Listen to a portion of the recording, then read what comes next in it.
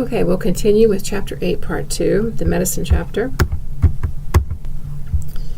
Cardiovascular services. This section of the chapter covers both diagnostic and therapeutic services, and I have listed here by definition what those services would include. Your cardiac caths would be considered diagnostic. CPR or cardioversion would be considered therapeutic. Cardioversion is when your heart is beating too fast, and different drugs can be given, or you can be shocked in order to slow your heart down. So that's what cardioversion is. The cardiovascular section requires really advanced knowledge of the cardiac system, the different treatment options that are available, and the guidelines are very extensive around this chapter. I'm just going to go over it briefly because honestly, you would not, as a beginning coder, be placed in a situation where you would be coding cardiovascular services. And I certainly wouldn't feel comfortable being the expert in this case because I've only coded very basic things in this chapter. But let's look at some of those codes. The patient has stenosis in the right coronary artery. An angiojet thrombectomy is performed percutaneously to remove the thrombotic lesion, which is the clot. And then it's a reminder to assign the HIT241 modifier. I have the little star there reminding you that this is referring you to the modifiers found on the inside front cover of your CPT codebook. There are modifiers approved for hospital outpatient use, and it's called Level 2 HIT241/National. Those modifiers identify specific blood vessels in the body. So the scenario is reminding you to assign that modifier to identify that specific blood vessel in the body. And when we look up the main term thrombectomy, and we use our descriptors of percutaneous and coronary artery, we get 92973, and the modifier RC identifies the right coronary artery. That was pretty straightforward. A cardiac stress test via treadmill performed under physician supervision with interpretation and report. Stress test would be your main term in the index with cardiovascular as your subterm. And when you read the code descriptors there in that range, 93015 would be your stress test, which includes supervision, interpretation, and report. And you notice in your scenario, you're given all three of those descriptors. Here is a cardiovascular service for a PTCA, which is a percutaneous transluminal coronary angioplasty. This is a PTCA of the left anterior descending artery with placement of a drug-eluting stent. The stent is going to keep this vessel open, and the drugs are going to help to keep it open. And it's a reminder again to assign the HIT241 modifier to identify the left anterior descending artery. Stent is the main term in the index, then placement, transcatheter, intracoronary. Transcatheter means you have a catheter that's been threaded through the vessel, and then the doctor puts the stent into the body through the catheter. That's what transcatheter means, through the catheter, into the coronary vessel, intracoronary. Your medical terminology really comes into play when you're reading procedures or operative reports, so stay on top of that cardiac anatomy and physiology. Well, really all the body systems. Left heart catheterization with an intraprocedural injection for left ventriculography. Cardiac catheterization would be your main term, left heart, then with ventriculography. And when we look up these code descriptors here, the one that fits what we're doing is 93452, which does say it's a left heart catheterization, and it uses the words intraprocedural injection for left ventriculography. It does tell us imaging supervision and interpretation when performed. That means it is when performed, it's not mandatory. So the scenario we've been given does not tell us imaging supervision and interpretation, but we can still use this code because it's not mandated that that be part of that code description.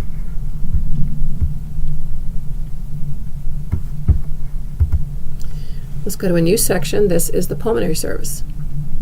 Codes are used for pulmonary testing And when an E&M service is performed separately, we are going to be looking again at codes from E&M being assigned along with your pulmonary testing code, and codes 94010 through 94799, which is a lot of codes, includes the performance of lab procedures and the interpretation of those results.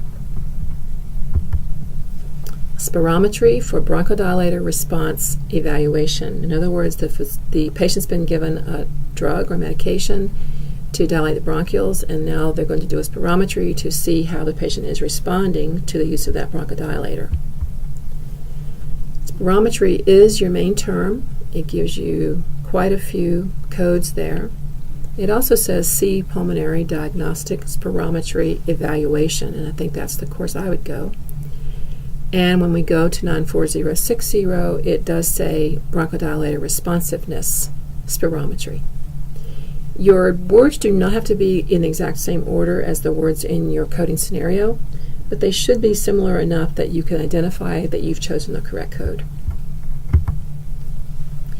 The next section, allergy and clinical immunology. This includes allergy shots, which are very common. Allergy shots are defined by CPT as allergen immunotherapy. And it does remind us in this case a separate office visit code should not be reported unless some other identifiable service was provided during the visit, something totally unrelated to this allergy shot. More complete definitions for all aspects of this particular section, allergy and clinical immunology, are in the CPT codebook and in the guidelines preceding this section. This exercise is an allergy shot for grass pollen. It includes the extract. And when we look that up, allergen immunotherapy are the terms we look up for our main term in the index. Then allergen extracts, injection, and provision. New section, hydration, therapeutic, prophylactic, and diagnostic, injections and infusions, and chemotherapy and other highly complex drug or highly complex biologic agent administration. Well, that's a mouthful, isn't it? But it falls all under one heading, this section. The guidelines in this section are extremely important. They are always important, but to me they're extremely important here because it's so easy to make a mistake. Notice that there are reporting requirements that are different for physicians and facilities. You have to be sure you know who you're coding for and use the guidelines that instruct you for that setting or that person that you are coding for. For the physician, the initial service code under this section is chosen based on the reason for the encounter. Totally different for the facility reporting. When a facility is looking at initial service, it's going to be based on the hierarchy. So if the patient got all of these things, a chemotherapy infusion is going to be the thing that you're going to code as your initial service, and the other things would fall below that one. In the same section, if it is elected to administer multiple infusions, injections, or combination of infusions and injections during the same encounter, you're only going to use one initial service code unless your medical protocol requires that two separate IV sites be used. And there are times that the nurses will start two different IVs because of two different drugs that say not to administer them through the same portal. This is one of those sections, too, where payer guidelines are extremely important. If you're going to be working in the outpatient setting, you're encouraged to be familiar with your Medicare claims processing manual. That really helps you understand what Medicare is going to cover. Really, I shouldn't have said outpatient. It can be outpatient and inpatient. You really have to understand how that's going to be coded.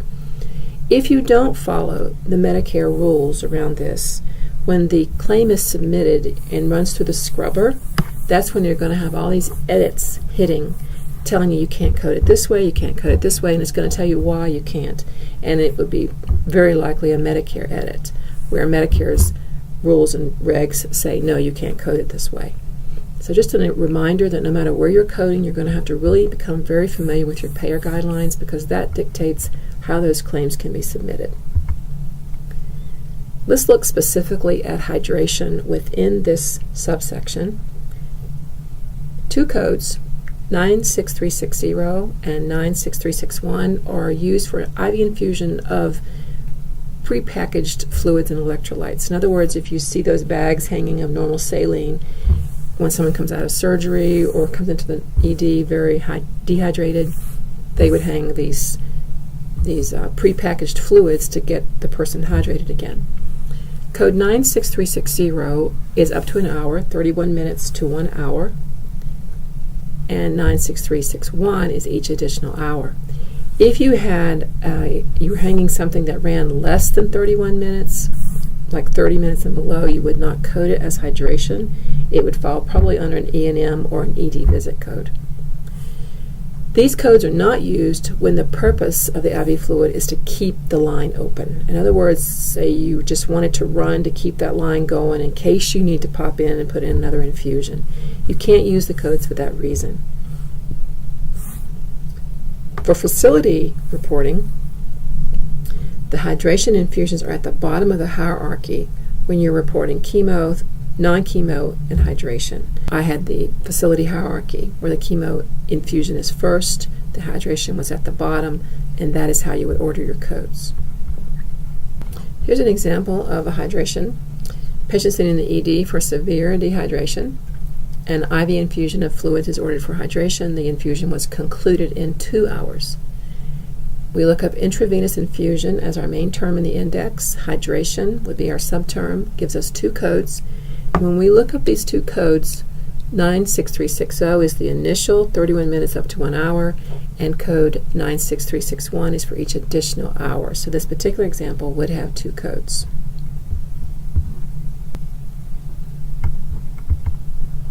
Now let's look at chemotherapy.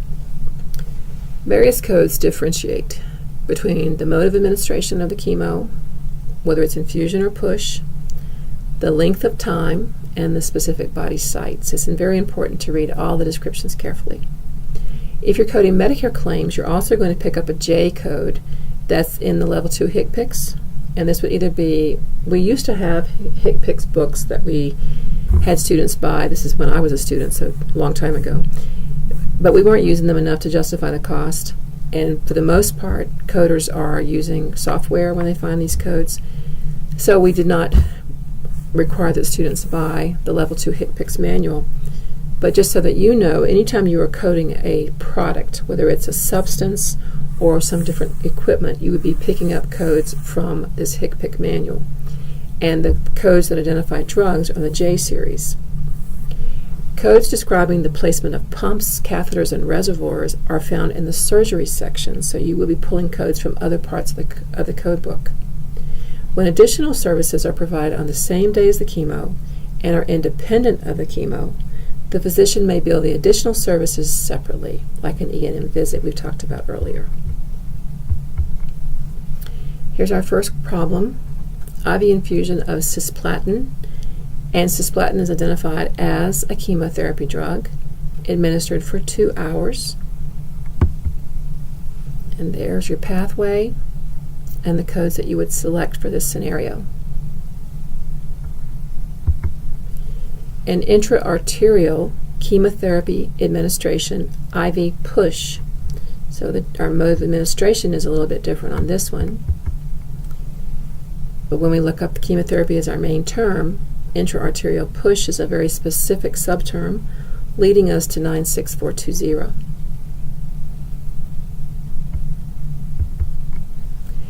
Here's an example, not in your textbook, that one that we will see on the exam, either this one or one very close to it.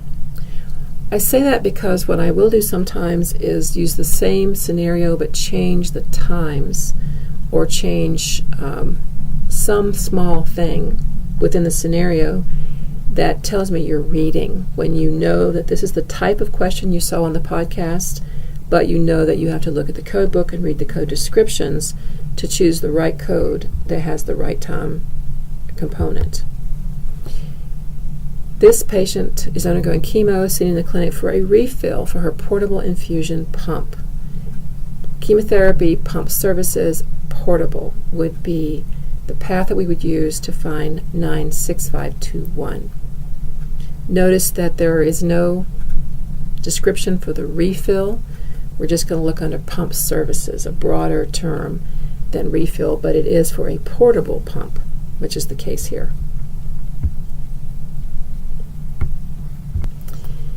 Injections and infusions, these are looking at drugs that are not chemotherapy. The codes are differentiated according to the route of administration. You will see IV, IM, and the injection status. Is it initial, sequential, or concurrent? The specific substance injected must be reported with a different code, another code. For Medicare cases, as I mentioned earlier, you would use a J code from the HCPCS manual. And for non-Medicare cases, probably code 99070 could be reported. The coder really has to know individual payers, both Medicare and all the other payers that you're facing in your institution. And this series of codes is not for allergy injections or allergy shots. They have their own codes, as we mentioned in an earlier slide. Here's an example. What is the correct CPT code assignment for an IM injection of leukeine? Leukeine is used to prevent infection in cancer patients, but it is not a chemotherapy drug. If I had not given you this information, you would need to go to Google search engine, find out what kind of drug leukeine was, so you would know how to code it. Then we would have another J code that would be assigned to identify the leukeine. Leukeine or leukeine, I've heard it pronounced both ways.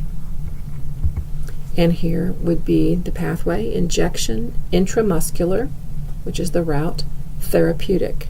It's considered therapeutic because it's being given to treat the patient who has cancer.